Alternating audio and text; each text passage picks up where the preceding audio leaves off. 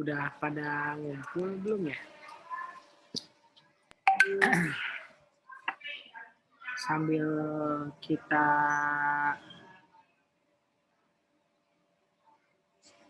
nunggu yang lain, kita coba mulai aja ya.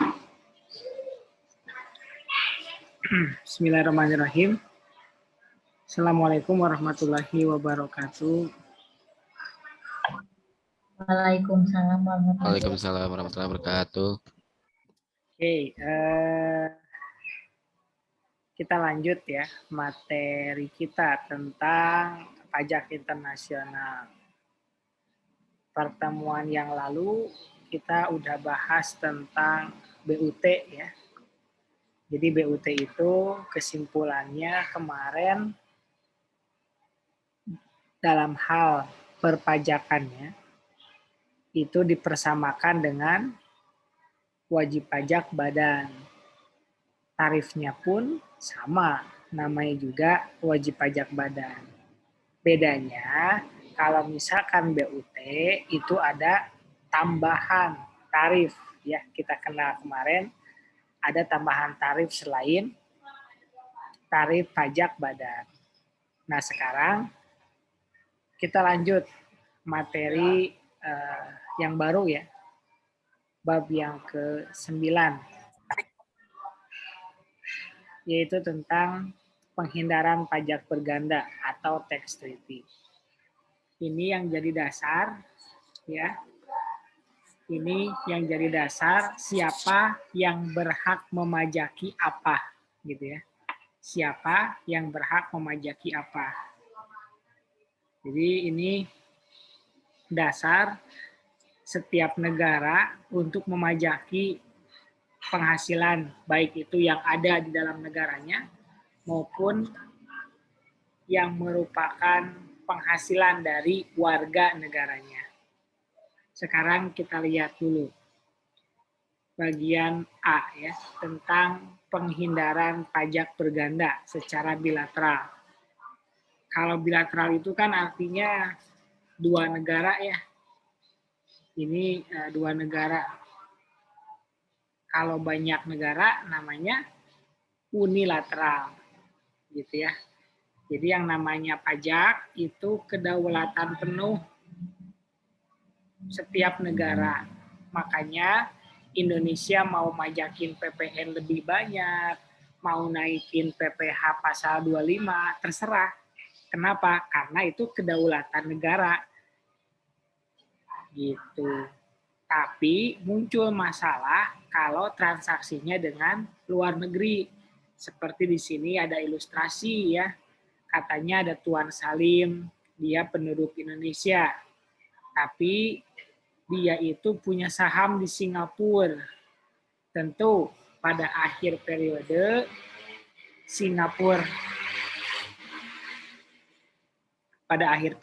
Singapura trading itu memberikan namanya dividen. Ini jadi masalah, siapa yang berhak memajaki? Apakah Indonesia atau Singapura? Kata Indonesia, ya saya yang harus memajaki. Kenapa? Karena Tuan Salim penduduk Indonesia. Tapi kata Singapura, harusnya kita yang berhak memajaki. Karena Singapura ini yang membagikan dividen. Berarti uangnya dari negara Singapura. Gitu ya. Nah, ini jadi masalah. Kita lanjut dulu.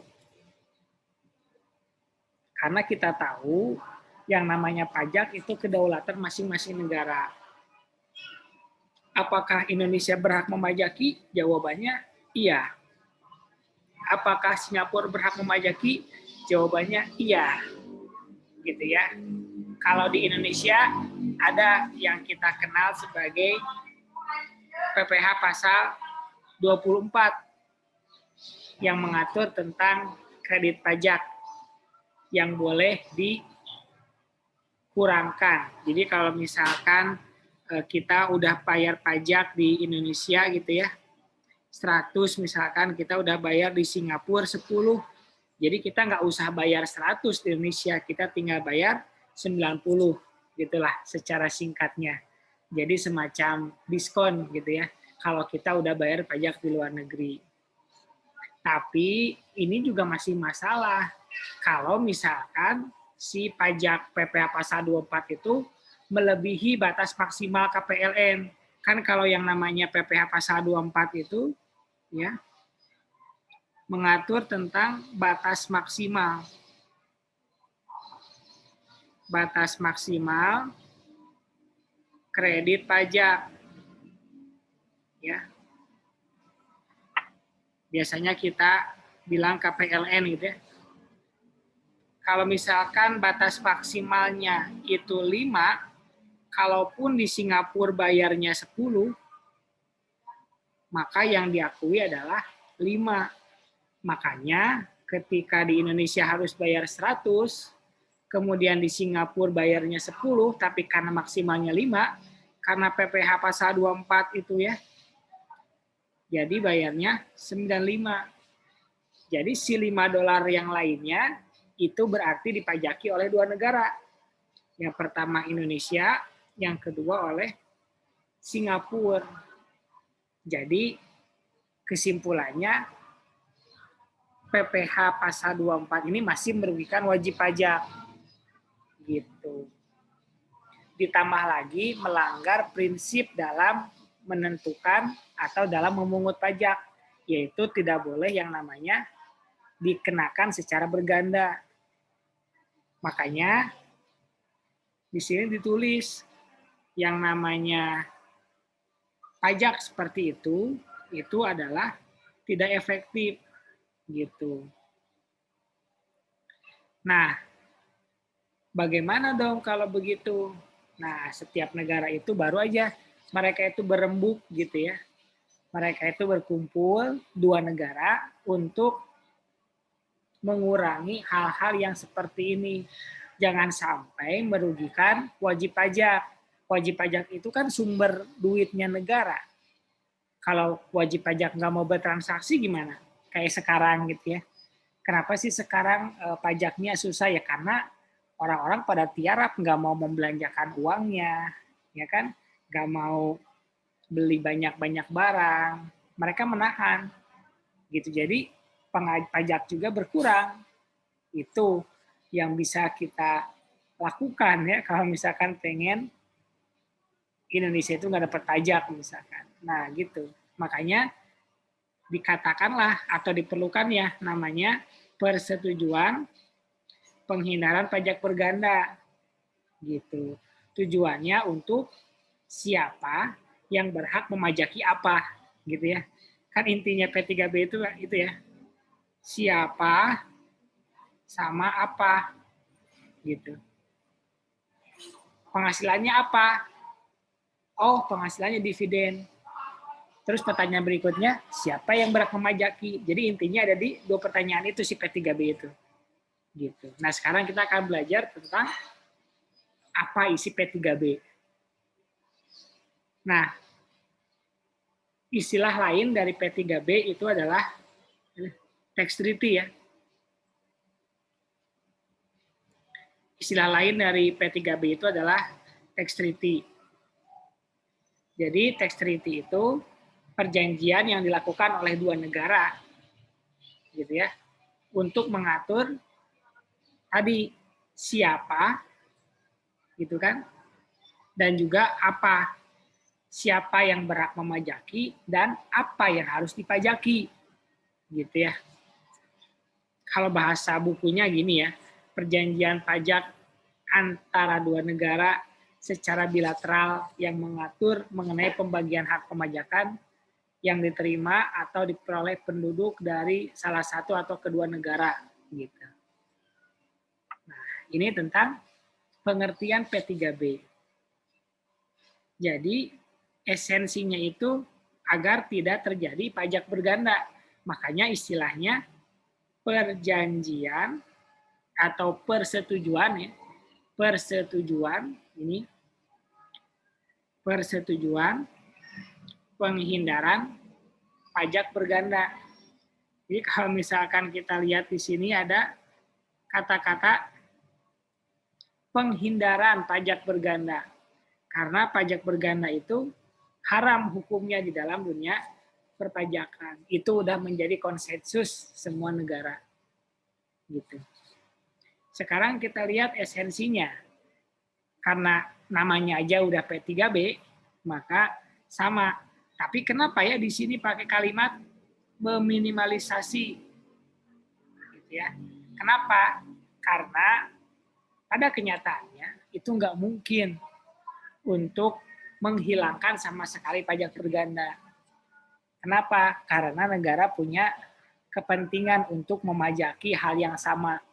Contohnya deh Indonesia gitu ya. Kalian kan dapat gaji ya. Kalau misalkan setiap bulan nih, ini udah akhir bulan ya. Udah kangen sama awal bulan nih. Makanya kalau misalkan kalian nikah tuh ya, akhir bulan tuh waktunya pindah ke rumah mertua ya. Kan biasanya dikasih makan ya. Gitu. Strategi ya.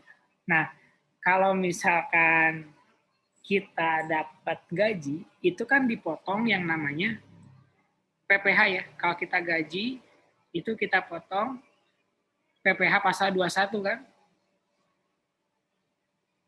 Di slip gaji kan biasanya ada komponen pajak gitu ya. Nah, berarti kan kita itu punya uang yang gajinya itu udah dipotong pajak. Terus, kita beli sesuatu dong dari gaji yang kita miliki itu. Misalkan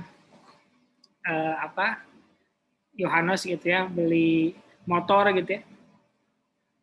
Kemudian Dewi misalkan beli tas. Kira-kira motor sama tas ini ada pajaknya nggak ya? Biasanya kan ada ya. Pajaknya itu namanya PPN gitu ya. Berarti kita dikenakan 2 kali pajak. Yang pertama PPh pasal 21. Ini yang pertama. Yang keduanya PPN. Ini dikatakan skema pajak berganda ya, 2 kali dipajaki. Gitu. Padahal kan kalau kita lihat ya kan gaji kita tuh udah bersih dipotong sama PPh 21. Kok dipotong lagi pajak? Gitu. Kenapa ya? Karena Indonesia atau negara kita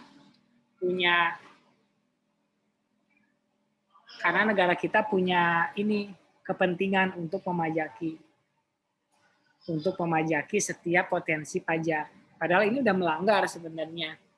Seperti itu. Nah, sama nasional aja udah kayak gini, apalagi internasional. Makanya kalimatnya meminimalisasi. Gitu. Selain itu, tujuannya itu adalah untuk meminimalisasi juga penghindaran pajak. Kenapa?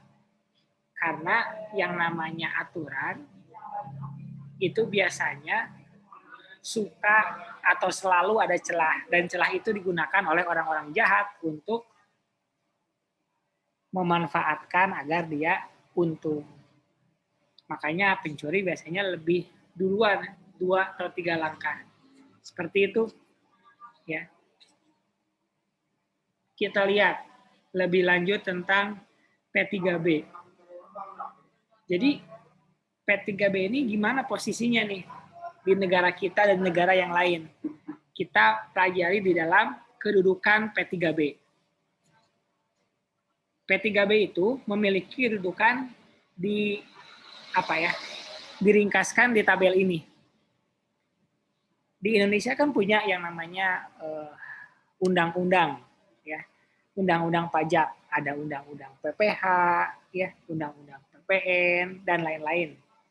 Nah, tapi kita juga ada P3B yang mengatur tentang pajak, gitu ya. Jadi tentang yang ngatur pajaknya ada 2 berarti di Indonesia ini. Yang pertama P3B antar negara, yang keduanya undang-undang di kita. Nah, bagaimana kalau misalkan dua-duanya ada? Misalkan dividen. Dividen itu ada di undang-undang PPH kita. Bisa masuk ke pasal 23, bisa masuk ke 4 ayat 2, tergantung siapa yang menerimanya. Apakah dia itu orang pribadi atau badan. Nah, itu kita nggak bahas lah, itu udah di pajak 2. Nah, terus di P3B juga sama diatur. Nah, itu bagaimana siapa yang bakal menang.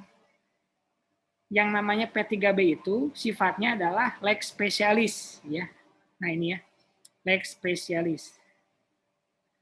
Kan biasanya kalau kita belajar hukum ya, ada yang lex generalis, ada yang lex specialis gitu ya. Barusan kan tadi siang ada yang udah dihukum ya, 4 tahun. 4 tahun.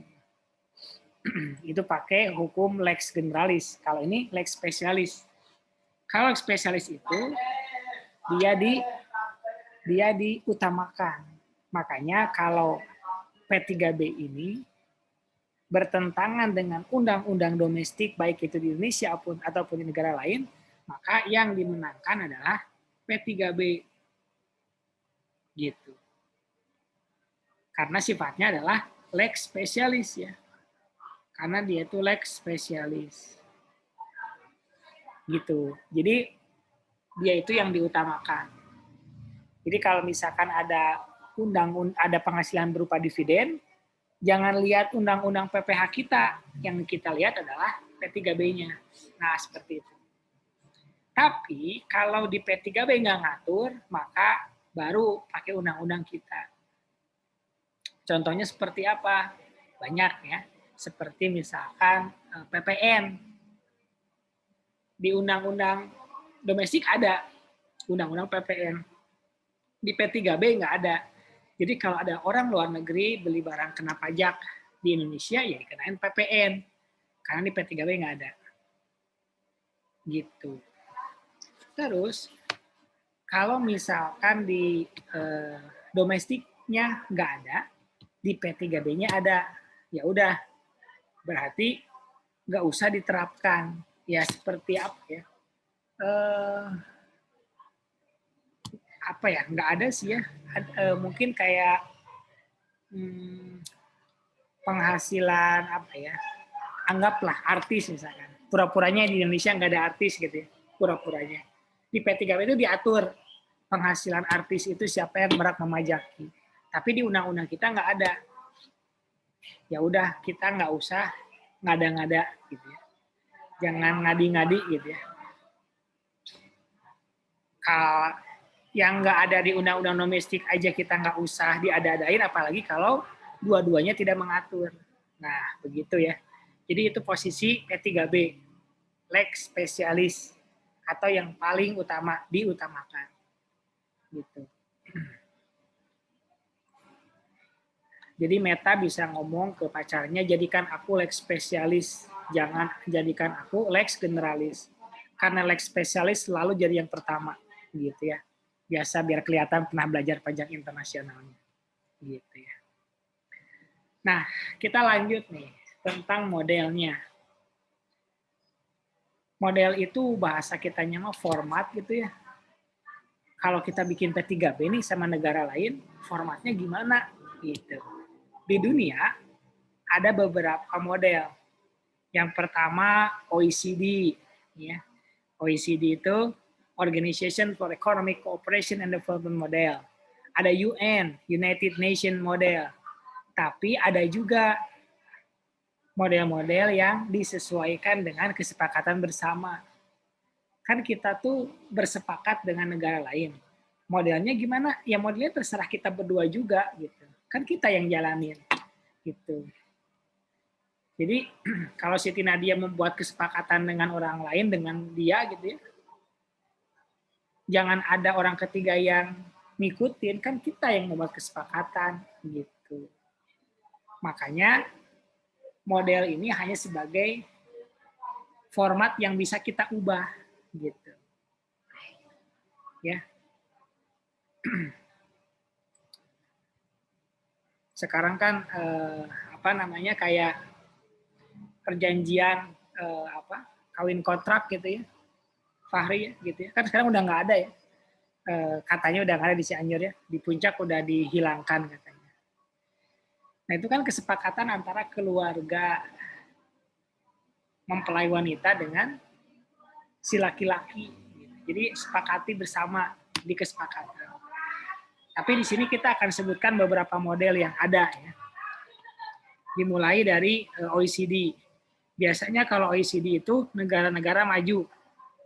Makanya nanti di dalam model OECD itu lebih kepada asas. Kalau kita dulu pernah belajar asas ya, kalau misalkan masih lupa ya. Kita dulu belajar asas itu pakai asasnya asas sumber.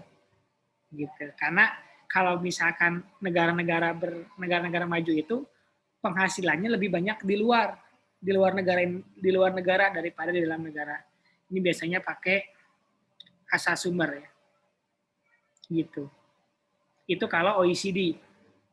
Ada banyak negaranya. Kemudian yang kedua ada UN. Nah, kalau UN ini biasanya menggunakan atau digunakan oleh negara-negara berkembang. Karena di UN model ini biasanya menggunakan namanya asas domisili. Gitu. Ya. Nah, ada lagi model yang lain yaitu model US. Kalau model US ini dibikinnya sama orang Amerika pastinya. Jadi biar dia kelihatan kalau dia itu punya kekuatan, dia juga pengen punya model sendiri, makanya bikinlah sendiri. Gitu. Indonesia juga tenang ya, nggak kalah kreatif kok. Nah, Indonesia juga punya model Indonesia. Gitu ya. Kalau model US siapa yang pakai? Ya negara Amerika dengan negara yang lain. Kalau model Indonesia siapa yang pakai? Indonesia juga ya, tapi dengan negara yang lain. Kalau negara lain pengen pakai model Indonesia boleh? Boleh. Selama kedua belah pihak bersepakat. Kalau nggak bersepakat, nggak boleh mau pakai model apapun. Seperti itu. Jadi yang namanya OECD model atau model P3B itu tergantung perspektif ya. Tergantung perspektif dan kepentingan negara-negara. Makanya setiap negara itu punya diplomat. Salah satu fungsi diplomat itu kan mendiplomasi kan. Diplomasi untuk apa? Salah satunya buat P3B. Gimana caranya? Every single article in a trade treaty gitu ya, menguntungkan negara Indonesia gitu. Jadi setiap pasal yang ada di P3B itu kalau bisa menguntungkan Indonesia. Nah, itulah kerjanya diplomat. Gitu. Nah, sekarang kita lihat apa aja isi dari P3B. Beda-beda ya. Ini ada chapter-chapternya. Ini kita bandingkan antara 3 model ya. Yang pertama ini OECD model, UN model, dan model P3B Indonesia. Nah ini judul-judulnya ya. Dimulai seperti dari biasa, ini berlaku untuk siapa atau scope of the convention, gitu. Kalau Dewi udah nggak masalah sih sama bahasa Inggris. Di rumah juga bahasa Inggris ya Dewi. Jadi aman lah. Apalagi Kristiana dari Orok juga udah bahasa Inggris. Jadi no problemo lah ya. Gitu. Nanti kita bisa tanya ke Kristiana masalah-masalah ini. Cara bacanya, artinya. Jadi tenang lah. Kan kalau Amanda mah jagonya bahasa Arab, jadi agak beda. Gitu ya. Nah ini ada chapter-chapternya ya. Kita nggak bahas ini satu-satu ya. Nanti kita lihat contohnya aja langsung. Ya karena ini kelas sore atau kelas malam. Jadi matanya juga mata malam ya. Saya tuh udah sering ngajar malam tapi nah tunggu baiknya. Oke. Sama kayak kalian kan, pas kuliah ngantuk, setelah kuliah langsung cenghar gitu ya. Langsung nonton apa ya hari ini di Netflix gitu ya. Quiet Place 2 ramai ini si Gana gitu ya. Oke. Apa kita nobar aja di sini? Oke, sekarang kita lanjut nih. Lebih kepada isinya. Isi dari model P3B Indonesia. Nah ini contohnya, ini saya kalau salah bacanya Christian tolong dikoreksi aja ya. Ini ada agreement ya, between the government of Indonesia and the government of apa gitu ya. Nah ini for the avoidance of double taxation and the prevention of fiscal evasion with respect to taxes on income. Di sini sih dijelasin secara rinci ya. Kenapa sih misalkan digunakannya agreement gitu ya. Kenapa bukan convention gitu. Karena gitu kan agreement ini biasanya ya, dilakukan oleh dua belah pihak. Kalau convention itu biasanya berbagai macam negara. Jadi kalau misalkan Miranda gitu ya, bikin perjanjian itu kalau di Inggrisin agreement, bukan convention gitu. Misalkan sama si Abang A gitu ya. Nah, sama Abang A itu bikinnya agreement. You have to remember our agreement. Don't say you have to remember our convention. Kalau convention berarti dengan orang ketiga. Jadi kalau Suci jadi orang ketiganya, gitu ya, itu baru bikin convention. Tapi kalau hanya Miranda dengan Abang A, itu namanya agreement. Oke, itu ya kenapa namanya agreement. Tapi kalau Suci pengen Abang A, Miranda masih banyak, ada Abang B, ada AAC, gitu ya. Ada KKB, gitu, jadi aman lah. Oke. Nah, ini isi-isi dari P3B. Pertama ada judulnya tadi udah kita bahas. Pakai agreement, bukan convention. Berikutnya tentang subjek pajak. Ya, subjek pajaknya siapa? Ya pastilah gitu ya, negara Indonesia dengan negara yang melakukan persetujuan. Jangan sampai ada orang Indonesia gitu ya. Ulangi lagi, jangan sampai ada orang Malaysia yang menggunakan P3B antara Indonesia dengan Singapura, gitu ya. Kalau kata Rizky mah itu kan namanya jaka sembung ya, nggak bawa bedog tapi jaka sembung aja, gitu. Masa ada orang Malaysia tapi pakai P3B Indonesia dengan Singapura? Itu nggak mungkin dan nggak boleh. Apakah mungkin? Mungkin. Nanti kita belajar di bab berikutnya tentang treaty shopping gitu. Kesukaannya Ririn lah masalah shopping mah. Soalnya di Ririn sekarang udah banyak di keranjangnya, nanti awal bulan check out gitu. Tinggal dibayar. Setelah dikumpulkan ininya ya, kupon-kuponnya. Itu tentang subjeknya. Berikutnya tentang pajaknya.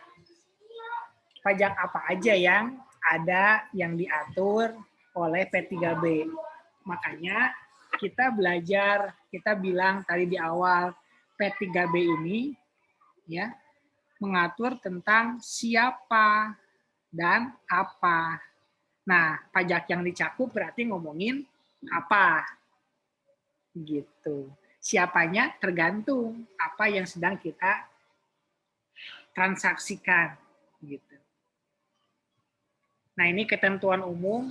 Kalau kalian suka baca peraturan gitu ya, kayak Riza kan udah biasa banget baca undang-undang itu. Biasanya di pasal-pasal awal itu definisi-definisi. Kayak misalkan apa itu wajib pajak, apa itu pajak gitu ya.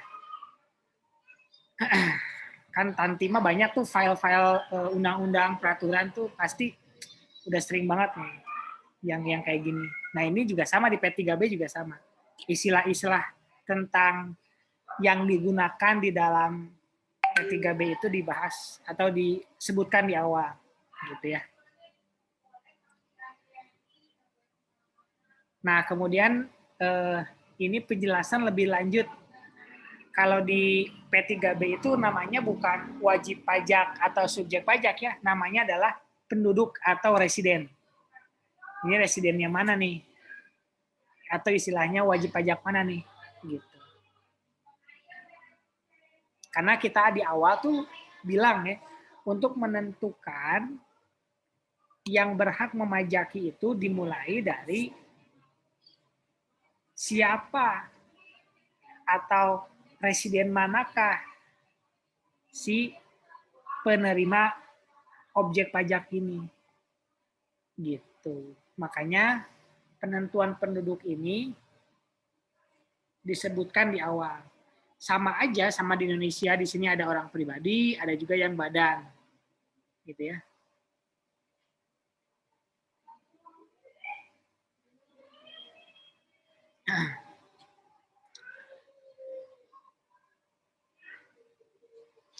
Sebentar. Nampaknya error.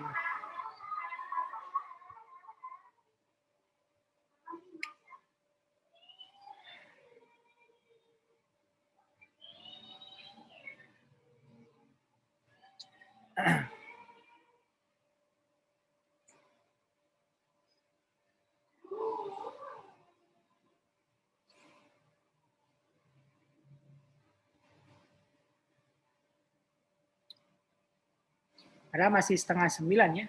Udah tanda-tanda error-error lain.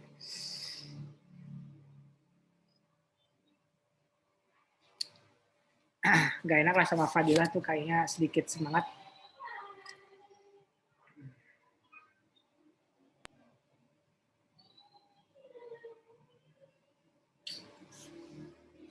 Nah, kita masuk lagi. Ya sama ya, yang namanya residen di P3B itu ada orang pribadi, ada juga badan. Sama aja sih, nggak ada masalah. Nggak ada bedanya. Gitu ya. Sama juga kriterianya. Misalkan kriterianya wajib pajak Indonesia apa gitu ya. Gampang lah. Ada niat gitu kan, bertempat tinggal di Indonesia lebih dari 183 dan lain-lain lah gitu ya. Ika mah udah hafal banget itu mah jadi nggak ada masalah. Ini sering banget diulang-ulang kemarin, jadi kita nggak ingin gitu ya.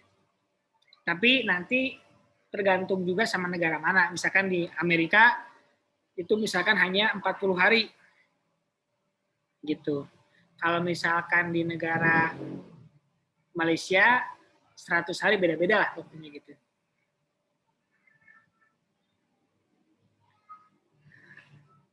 Oke.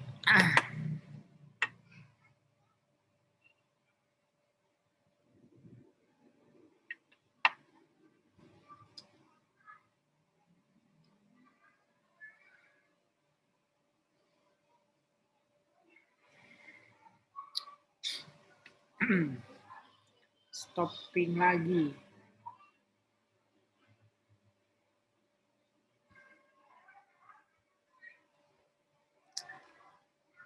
Ini kayaknya Rizky lagi ngehack nih biar error nih. Jadi kita harus lawan.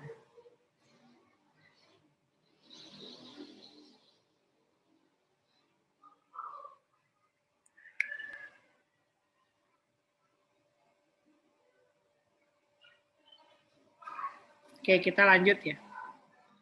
Sama dalam hal menentukan penduduk itu ditentukan juga yang namanya SKD ya, atau COD, Certificate of Domicile. Kemudian di dalam P3B juga kita kenal tentang BUT baru kemarin ya. Ada BUT Aktiva gitu ya. Biasanya kalau Fahri mata kuliah atau materi kemarin sudah dilupakan biasanya. Ya adalah dulu pernah mungkin ya BUT Aktiva gitu ya. Terus ada BUT apa lagi ya? Ada 3 ya. Aktivitas sama asuransi ya. Agen sama asuransi yang 4. Kemudian ada pemajakan harta tak bergerak. Itu sama di Indonesia dan di negara ini pajak-pajak yang diaturnya ya. Banyak, ada dividen juga, bunga, royalti, dan lain-lain. Bentar ya, kita lihat direktur, artis, dan olahragawan, pensiun, PNS, guru.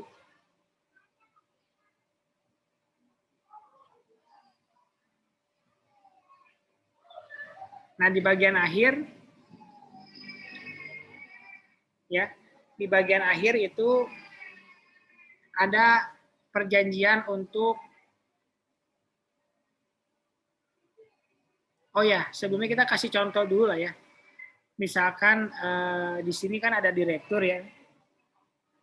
Ada Yohanes kan direktur nih. Jadi kita harus tahu nih kalau Yohanes bertransaksi dengan negara mana gitu ya. Siapa yang berhak memajaki nih?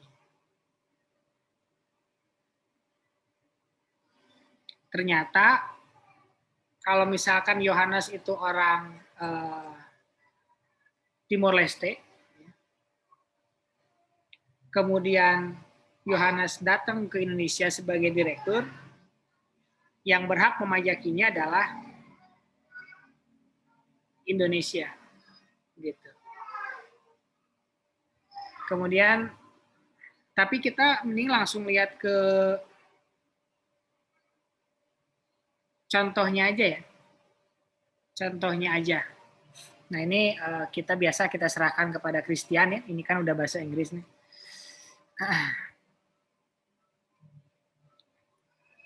Nah ini contoh Indonesia dengan Amerika gitu ya. Saya tadinya nyari ini Indonesia dengan India ya.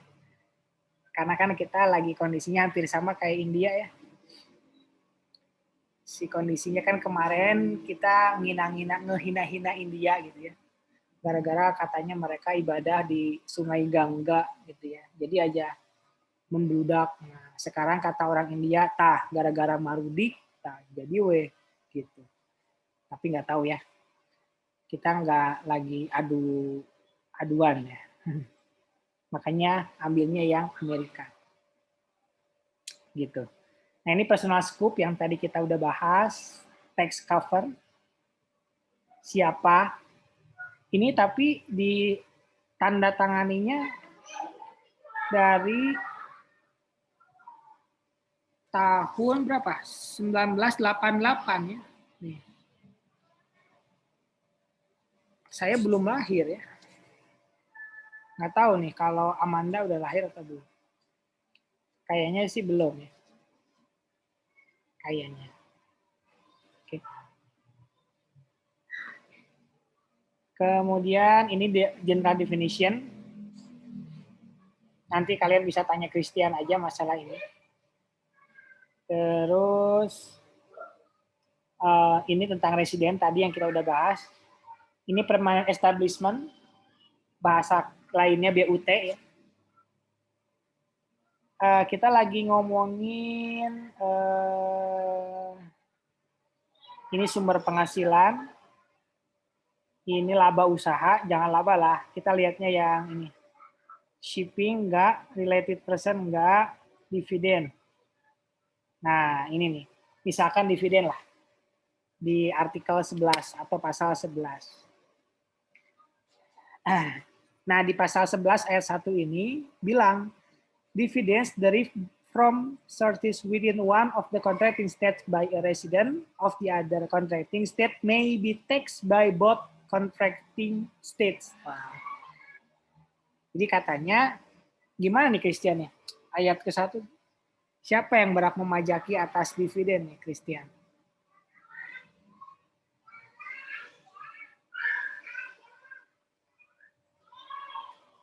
Gimana? Siapa yang berhak memajaki nih? Kalau kasusnya dividen.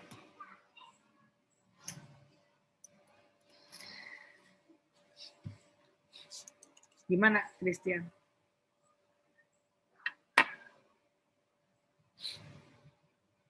Siapa yang berhak memajaki nih? Kalau kondisinya seperti ini. Kurang tahu, Pak. Jangan merendah gitu. Tuh kan ini ada istilah ayat ini ya. Oke, kita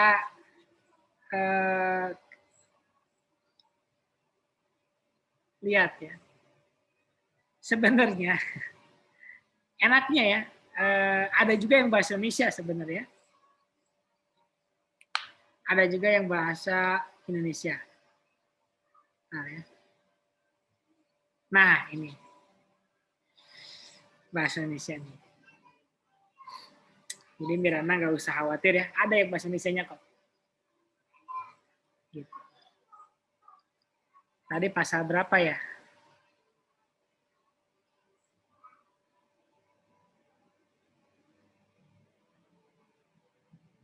Nah, ini 11. Dividen yang bersumber, nah ini kita kasih contoh aja langsung ya. Kalau misalkan Miranda ya, Miranda itu kan kita tahu dia WNI, terus dapat dividen ya dari X ya, X Corporation itu negara Amerika ya. Nah, siapa yang berhak memajaki atas transaksi dividen ini? Nah, kita lihat di ayat ke-1-nya. Dapat dikenakan pajak oleh kedua negara pihak pada perjanjian. Oh, artinya dari transaksi dividen ini bisa Indonesia, bisa juga Amerika. Masih belum jelas dong. Kan kita lagi pengen tanya siapa yang berhak memajaki. Gitu ya. Kita lihat ya ayat keduanya.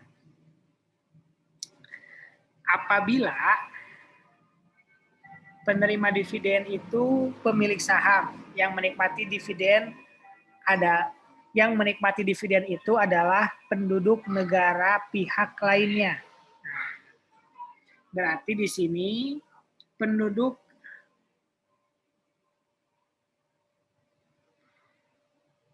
negara pihak lainnya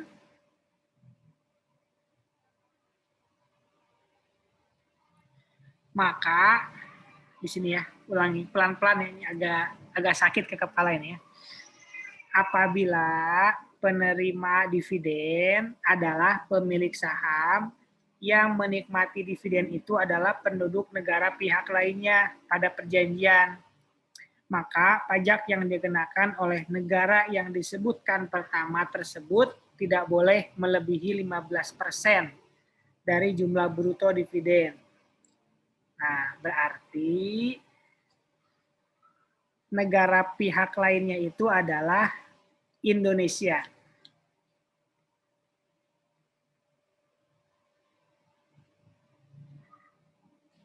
Kan yang menerima dividen kan Indonesia. Miranda kan penerima. Ini penerima.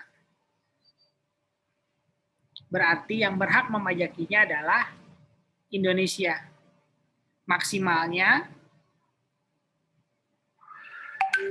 15%. Gitu. Gampang ya? Oke, kita lihat lagi lah yang lain. Sekarang bunga. Kalau bunga, siapa yang berhak memajakinya? Ini sama ya.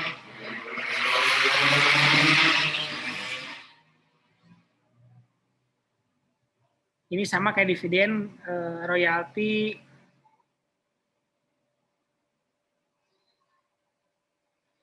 Royalti nggak seru lah.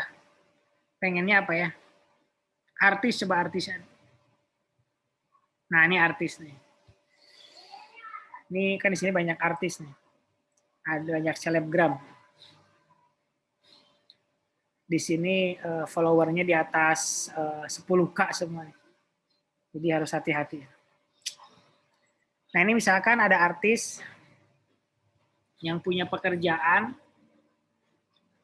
atau kita punya, atau misalkan kita anggap aja Ririn lah ya. Ririn itu misalkan penyanyi ya. Penyanyi seriosa. Dia nyanyi di Amerika Serikat, duet sama Britney Spears. Emang agak tua Britney Spears sekarang, tapi ya namanya juga kolab bebas ya. Yang berhak memajakinya, kita lihat di sini siapa. Di sini ada kata-kata dapat dikenakan pajak di negara pihak pada perjanjian.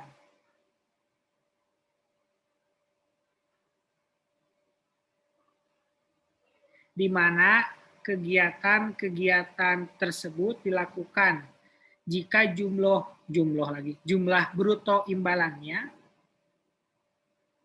melebihi $2.000 atau setaranya dalam rupiah. Nah, berarti tergantung bayaran kepada Ririnnya. Ririn masang tarif berapa? Apakah $2.000 lebih atau $2.000 kurang?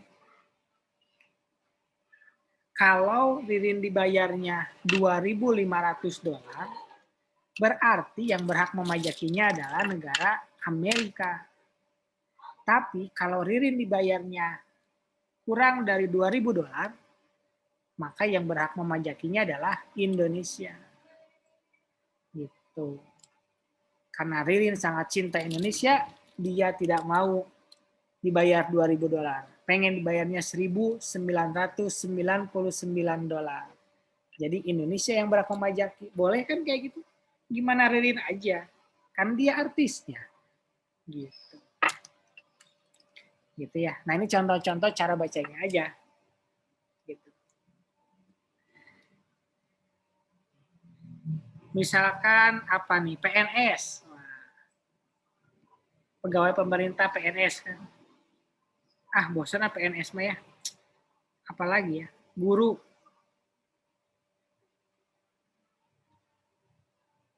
Ya, gitu-gitulah. Nah, ini contoh-contoh aja sih cara bacanya.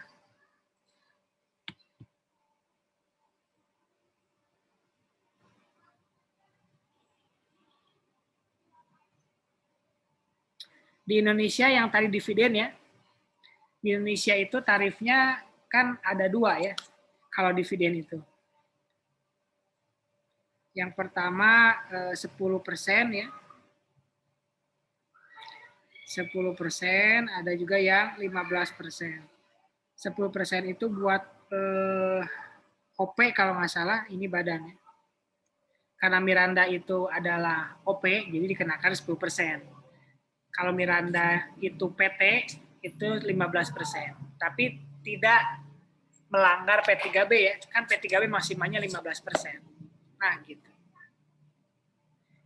Makanya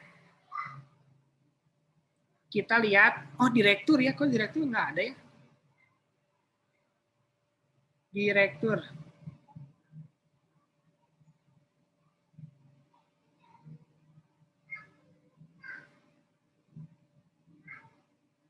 Oh, nggak ada direktur ya di sini ini ya. Kalau Indonesia sama Singapura ada direktur.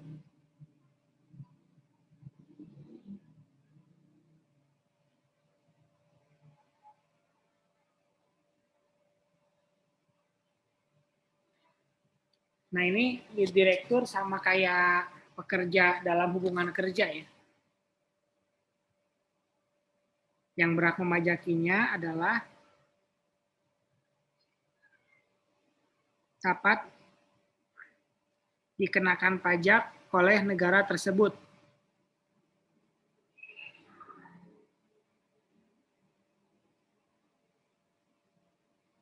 Berarti di negara Indonesia.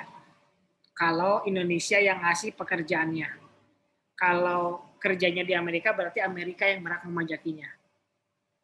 Karena kan di sini di ayat ke-1-nya bilang, upah yang diperoleh orang pribadi penduduk salah satu negara, kita kasih contoh lagi.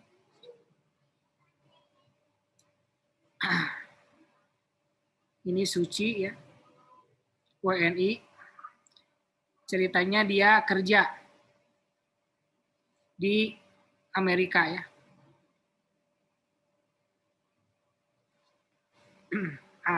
Berarti Suci itu berarti TKI ya. Suci itu berarti TKI. Tapi TKI itu nggak semuanya pembantu ya, hati-hati loh. Kita udah bahas itu. Dokter juga kalau dia kerja di Amerika, dia TKI. Misalkan Suci kerja di Amerika, berarti Suci dapat gaji itu dari Amerika. Jadi di sini orang pribadi penduduk salah satu negara pihak, berarti ini ya. Berarti ini kita ini kan Indonesia ya. Kita ganti Indonesia. Jadi cara bacanya upah, gaji dan imbalan yang diperoleh oleh orang pribadi penduduk Indonesia kan dari pekerjaannya atau dari jasa-jasa pribadi yang dilakukannya dalam kedudukannya sebagai pegawai, termasuk penghasilan dari jasa-jasa yang dapat dilakukan oleh pegawai, suatu badan hukum atau perusahaan dapat dikenakan pajak oleh negara tersebut. Wah, berarti bisa oleh Indonesia nih. Kan negara tersebut berarti balik lagi ke kalimat yang pertama kan? Nah, loh. Kepencet lagi.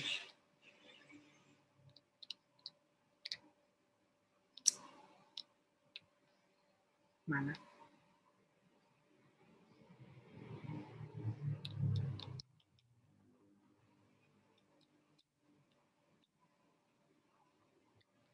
Berarti ini Indonesia lagi dong ya.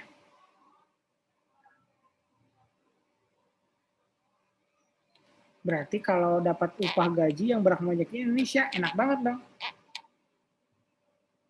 Berarti diplomat kita bagus ya.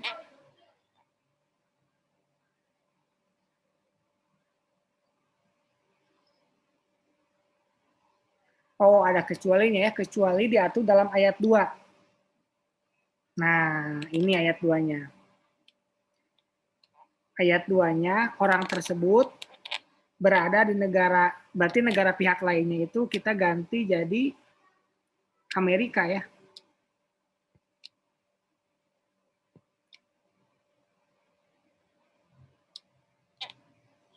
Kurang dari 120 hari kerjanya. Oh gitu. Kurang dari 120 hari dipajakinya di Indonesia.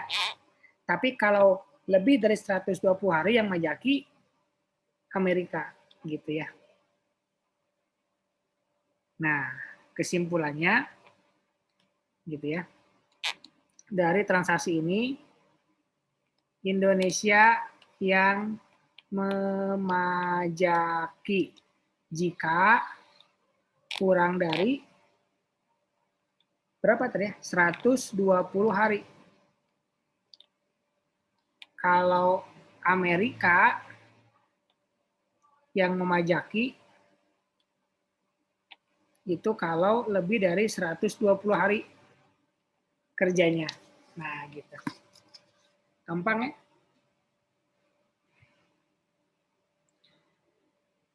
Gampang. Jadi caranya gitu, kita bisa ganti. Jadi kalau misalkan Suci ini orang Amerika kerja di Indonesia, kita bisa balik gitu. Ini kenapa 120 hari ya? Ini kayak biasanya orang Amerika. Di Amerika 120 hari sebagai residen. Tapi kalau di Indo 185 ya. Gitu. Nah, hal yang sama juga dilakukan di semua pasal. Siapa yang berhak memajaki apa. Gitu. Sebenarnya di sini juga ada apa ya? Ada penjelasan, ada apa? Ada cheat-nya ya. Jadi kalau misalkan artis yang berhak memajakinya siapa di sini ya. Ini Indonesia gitu kan. Terus kalau pensiun siapa yang berhak memajakinya? Indonesia juga gitu kan. Tapi ini kan umumnya. Ini umumnya, jadi jangan menjadikan ini patokan. Makanya kenapa ada perjanjian antara Indonesia dengan negara lain itu, karena kadang ada sesuatu yang berbeda. Gitu. Jadi jangan jadikan ini sebagai patokan. Harus dijadikan patokannya itu langsung aja kita go to text treaty-nya.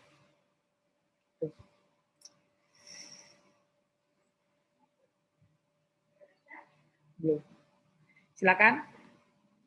Barangkali ada yang ditanyakan.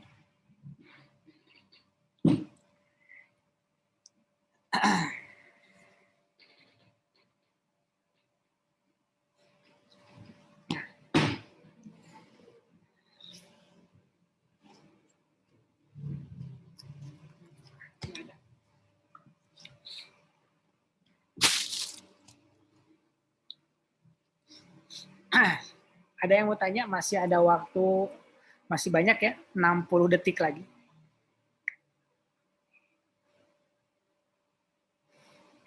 Kita kan tadi mulainya telat ya, nggak telat, nunggu yang lain. Kita mulainya telat 5 menit, jadi selesainya kita nggak boleh telat lagi gitu maksudnya. Jadi masa telat 2 kali kan? Telat mah cukup sekali aja. Pas mulai kan kita telat, nah selesainya jangan telat gitu. Ada yang mau tanya? Anak pagi mah udah UAS ya, kalian masih di sini ya, santai aja ya. Puasa kok kuliah ya? Kalian mah puasa nggak kuliah ya, fokus ibadah ya? Beda dong. Gitu. Oke, kalau misalkan nggak ada ya, ini 30 detik lagi nih, masih lama. Biasanya jam segini langsung cerah biasanya, udah mau beres semua kan. Jadi Riza itu tadi download, nah 1 jam selesai, sekarang tinggal nontonnya. Ya, oke. Kalau nggak ada yang ditanyakan, jangan lupa ada cemilan sedikit lah itu soal benar salah doang lah. Meskipun wanita selalu benar, ya kadang harus salah juga jawabnya. Gitu ya. Oke, terima kasih semuanya. Jaga kesehatan ya. Ini banyak banget teman-teman kita yang ini gitu ya. Saling jaga saja. Meskipun Siti sering terbiasa dengan menjaga jarak, nah sekarang harus ditingkatkan lagi menjaga jaraknya. Meta juga hati-hati ya, jangan harus jaga jarak ya. Jaga jarak. Oke, makasih semuanya. Ini udah mau jam 21.01. Assalamualaikum warahmatullahi wabarakatuh. Waalaikumsalam. Waalaikumsalam warahmatullahi wabarakatuh. Terima kasih, Pak.